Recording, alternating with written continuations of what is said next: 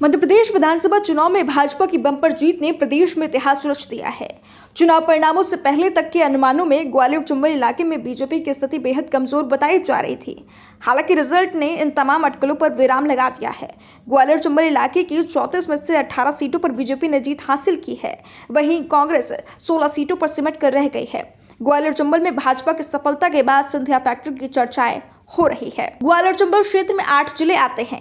इनमें से 5 जिले ग्वालियर, शिवपुरी, दतिया, अशोकनगर और गुना ग्वालियर संभाग में और 3 मुरैना, भिंड और शिवपुर चंबल संभाग में आते हैं। ये सभी क्षेत्र ग्वालियर रियासत का हिस्सा थे और सिंधिया परिवार यहाँ राज करता था। आपको बता दें, ग्वालियर संभाग में कुल 21 सीटें हैं। 2018 में कांग्रेस ने इनमें से 16 सीटों पर जीत हासिल की थी और भाजपा मात्र 5 सीटों पर सिमट कर रह गई थी। वहीं इस बार भाजपा ने ग्वालियर संभाग की 12 सीटों पर कब्जा कर लिया है और कांग्रेस 9 सीटों पर सिमट कर रह गई है।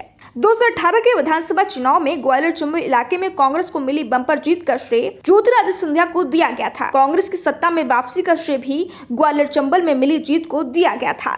2018 में जहां भाजपा ने इस इलाके में बेहद कमजोर प्रदर्शन किया था, वहीं सिंधिया के भाजपा में शामिल होने के बाद पार्टी ने कांग्रेस को बुरी तरह पटकनी दी और 34 में से 18 सीटों पर कब्जा कर लिया। केंद्रीय मंत्री ज्योतिरादित्य सिंधिया 2020 में कांग्रेस छोड़ भाजपा में शामिल हुए थे।